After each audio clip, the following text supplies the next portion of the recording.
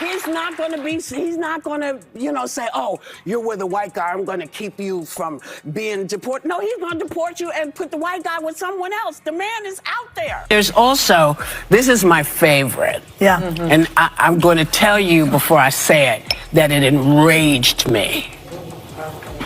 There is a definite anti-white feeling in the country right now. Oh, please. Yeah, that's what he said. You know, sir. No, sir. Yeah, sir. Nobody in your family was hung. Nobody in your family was chased because of the color of their skin. How dare you? There's no anti-white issue here. You are perpetrating anti-humanist issues here. Whoopi Goldberg aimed, Trump swung back, and daytime TV turned into a masterclass in receipts. What did she say that made him lose the plot? We're rolling the best moments and the fallout, side by side.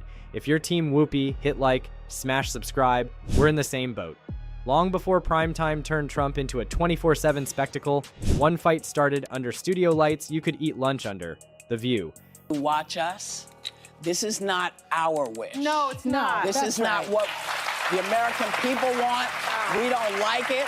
We don't like how it's being, we don't like how this is being done. That's why you will hear us kvetching about this as long as we are able, because no one we're talking to understands what's going on, and therefore, when they say America, they're not talking about us. They are talking about that very narrow band of America that they think they represent, that I think they don't realize they're starting to lose. No smoke machines, no arena chants, just a round table, hot coffee, and Whoopi Goldberg calling nonsense by its baptismal name. The opening bell most people remember lands in 2011 when Trump was peddling the birther lie like it was a collectible. Whoopi didn't do the polite both sides dance. She stared into the camera, tore the varnish off the talking point, and told the audience exactly why it smelled. So as birth rates continue to decline in America, the White House is looking into offering $5,000 cash bonuses, expanded access to IVF, along with other incentives for women to have more babies. Why? And, okay. I am incredibly insulted by this because clearly they don't know how women's bodies work and they don't know what it costs to raise a child or just have a child. And $5,000? I don't know what $5,000 is supposed to do. And it's not even $5,000 because you have to cut it in half because you got to pay taxes on it. Yeah. So they're offering you $2,500. That wasn't a segment. It was a line in the sand. Everything felt like a TV stunt, until the country realized that was the day the stunt grew legs. From there, the feud didn't so much escalate as repeat, louder, campaign season, Access Hollywood, very fine people. Every time the national conversation turned into a stress test, you could count on Whoopi to take the first swing at euphemism. She's not a ranter, she's a reset button. The cadence is classic. She listens, waits for the spin, and then, click, puts the terms back in English. And it's, to me, when he's talking to other countries and telling them what to do, when he's talking to everybody but us, I have a little bit of a problem with that. I just feel like, listen, I'm glad you did all of that. I'm glad these hostages are home. I'm glad. Right. I'm glad you want to now flip back and say, hey, we're going to take care of the Ukraine. Okay. But you need to take it. That's like, oh, but you need to get your behind in gear here. And stop making trouble in Chicago and places like that. Well, you know what? If you are the president of the United States, act like the president of the United States. I appreciate all the stuff you're doing, but this is not. But I feel like he wants to be king of the world. This is my opinion. No, he likes the Republicans. He'll help Republicans too. I don't know if Democratic states. The Republican states are the ones that are going to lose health care. Daytime viewers saw something cable rarely delivered. A woman who has seen enough saying, out loud, what the room is pretending not to understand. Everything looked like another day in TV land, until May 2019 hit hit, and daytime dropped the bleeps. You heard them pop, pop, pop over Whoopi and Joy as they shredded the White House's latest cocktail of insults and hypocrisy. Daytime shows aren't built for bleeps. They're built for gentle nods and celebrity cozies. Not that day. You know, you can't refute anything with him because he just, when I say him, I mean... He rambles. Trump. Yeah. He tends to just... But can I mention one thing? The censors worked overtime and the clip raced across timelines because it told a simple truth. If you act out long enough, even the polite shows stop whispering. The bleeps weren't rude, they were punctuation. Here's your first cliffhanger. For a while, Trump treated The View like a mosquito. Annoying, ignorable, a thing to swat between rallies. That was working until November 2019, when Donald Trump Jr. walked into the hot seat and discovered the couch bites back. Crosstalk, audience heat. You know, Whoopi Goldberg said, would you participate in a movie? She made some movie on basketball. This was before I ran for politics. She said, oh, you're so great. If you ever ran for president, you'd win. Politics can do strange things to demented people. No, I've hired Whoopi to work for me as a comedian before this stuff, and a long time ago. And I went. And, you know, I'm not particularly shy about what I hear. Her mouth was so foul. She was so filthy dirty, disgusting. Half the place left. I said I'd never hire her again. Why did they play that? They're so arrogant that they would play him really embarrassing her because he is genuine about what he's saying. Now listen to her response. It's embarrassing. Well, thank you for watching. She's bothered. As it turns out, I was filthy. I was filthy. And stand on that fact. I have always been filthy. And you knew that when you hired me. I headlined, babe, at your casino, which I might have continued to play had you not run it into the ground. Exactly. But Who does that? you know, listen, how dumb are you? You hired me 4 times. You can go to William Morris and get the things, because I know you all are going to be looking for it. So talk to William Morris. You hired me 4 times, and you didn't know what you were getting? How dumb are you? The sort of daytime chaos that makes network execs reach for antacids.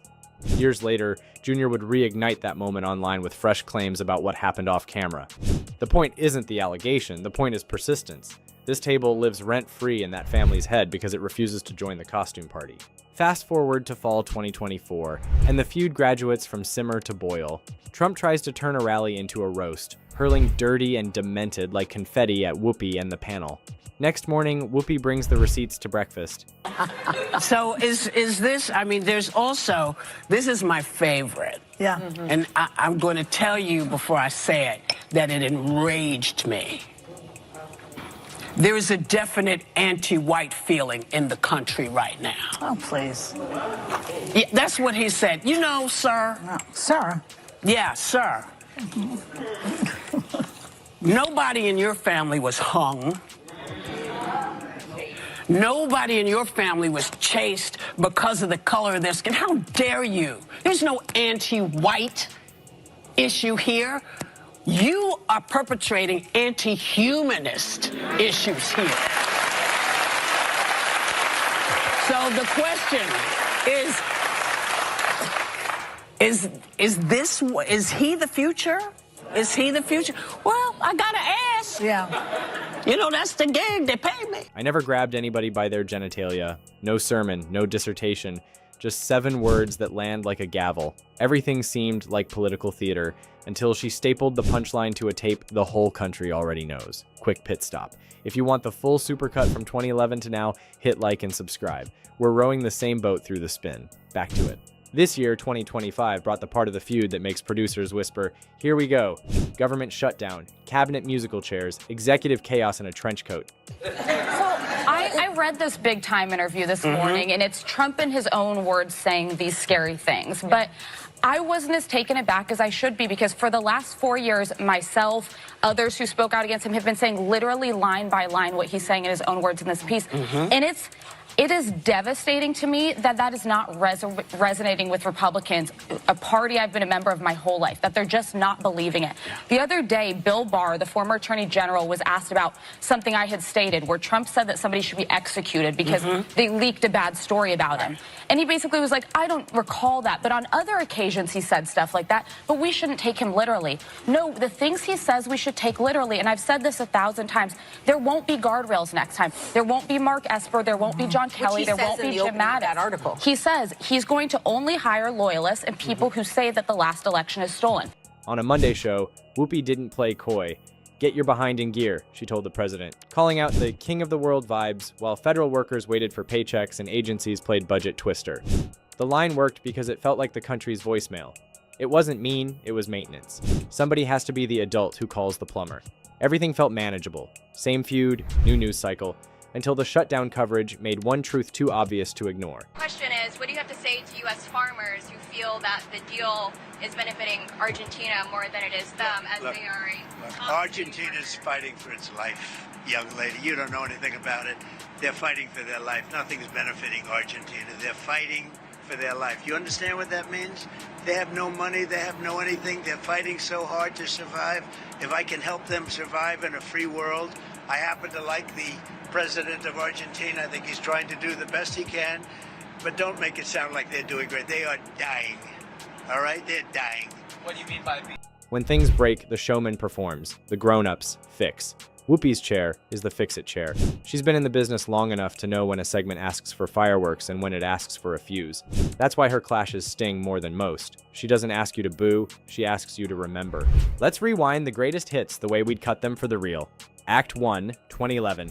Birtherism meets a brick wall. Whoopi takes the frame back from conspiracy and makes it about standards. Sexual misconduct allegations seem not to matter anymore. It seems like unless you have a sexual misconduct allegation, you can't be in the cabinet. That's true. I mean, that's what it's looking like, because I mean, was it 11 people? And maybe one of the 11 doesn't have something going on? Years ago, I think it was Cindy Adams used to have these parties, and they'd say, if you're not indicted, you're not invited. And it reminds me of this, in a way. It's like, oh, let's see, who's accused of sexual assault? Put them in the cabinet. And they're like, pick me, pick me. Does this pass the smell test? No? Then stop acting like it does. Act 2, 2019. The bleeps. Not because daytime prefers drama, because daytime ran out of synonyms. Act 3. The rally and the clapback. Trump swings with dirty, and Whoopi answers with a phrase that lives in the National Archive. Act 4. Right now, the shutdown. Get your behind in gear. You can hear the studio audience nod even off mic. And think about this. She did this in 2 months. Yeah, no. She did this in 2 months. She left it all on the field. You know, yes, she look, did. she, you know, everybody can always say, oh, she should have done this, she should have done this, She did what she did. She was everywhere. She talked to everybody. And people didn't come out. I don't know why. And it doesn't even matter. He's now the president. I'm still not going to say his name. Here's the rhythm that keeps exposing the act.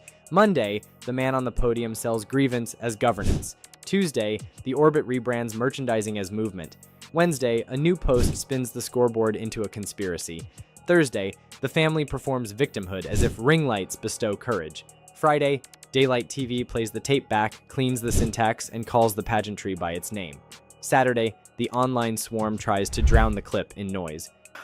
I'm feeling, listen, there's nothing I can do about anything until I know what there is something to do something about. Yeah. So I am not going to give any more angst or uncomfortableness, but I will point something out.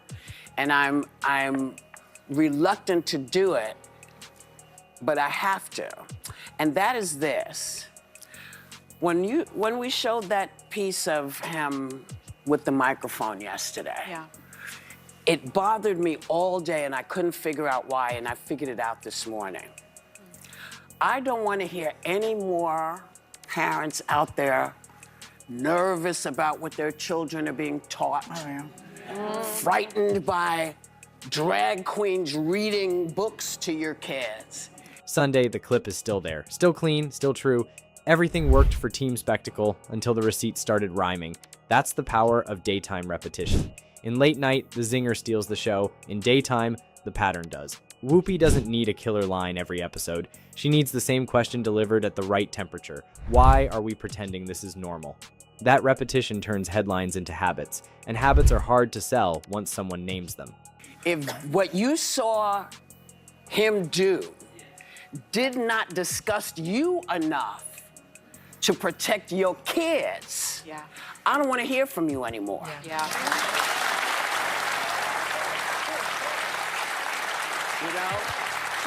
And you were at that rally. Well, I just felt like, you know what? All of that mishigas about we're concerned about our children, and not a peep out of anybody. Not the evangelicals, not the mothers against whatever. None of them. Rubio, and I just thought, so that's okay with you, but somebody who's encouraging your kid to read is not. Right. It freaked me out. Let's talk about the shape of their animosity, because this isn't just personal. Trump is a creature of applause. Whoopi is a creature of accountability. He believes volume wins. She believes clarity does. He turns every criticism into proof of his importance. She turns every brag into proof of her point. He wants to be graded on vibes. She insists on verbs. That philosophical clash is why the feud never dies. It's not two celebrities sniping. It's two worldviews refusing to share a dictionary. You know, he's not for the people. No. You know, he's not for any people. He's not for Republicans. I don't know what he's doing, except he is trying to stay out of jail. He's swimming as fast as he can.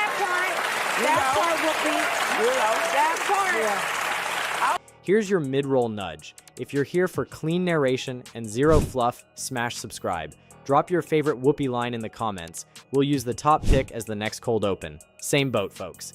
There's a subtler reason Whoopi's takedowns stick. She never forgets the audience isn't just fans, it's voters, workers, parents trying to keep a budget from breaking.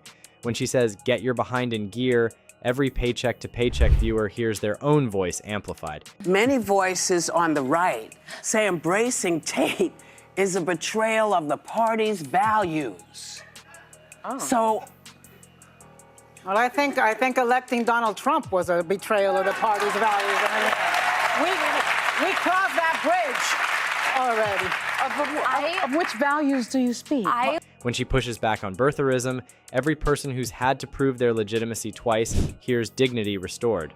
When she swats away locker room talk, every HR training from the past decade nods in agreement. This is not high art, it's good plumbing. Keep the pipes honest or the whole house stinks. Everything looked like just another round of show versus show, until the Trump side tried to make The View into a villain factory. The plan is always the same.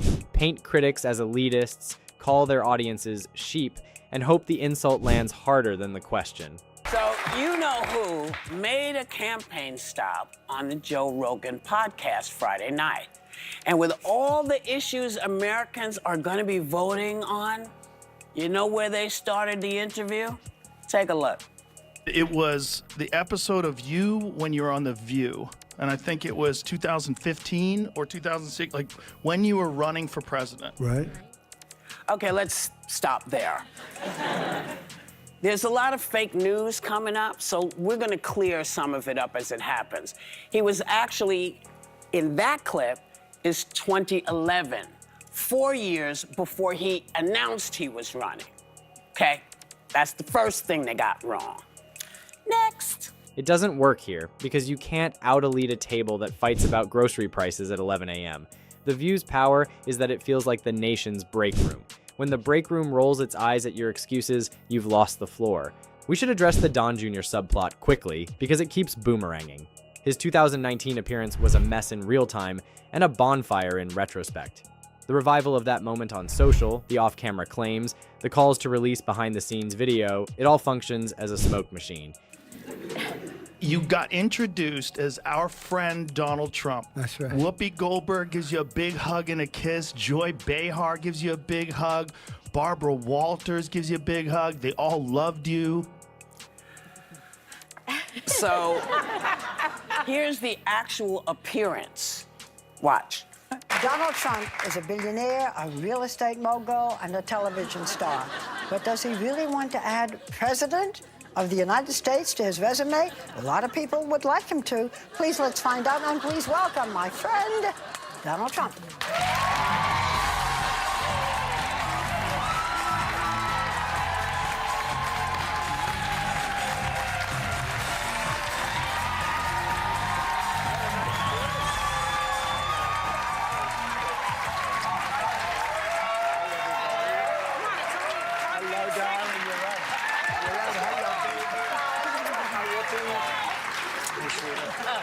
We're so happy to have you. Whenever you're on with us, we're very happy. We love it.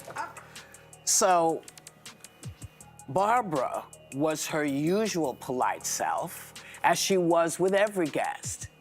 But did I look warm and fuzzy? Was that a warm and fuzzy welcome from her?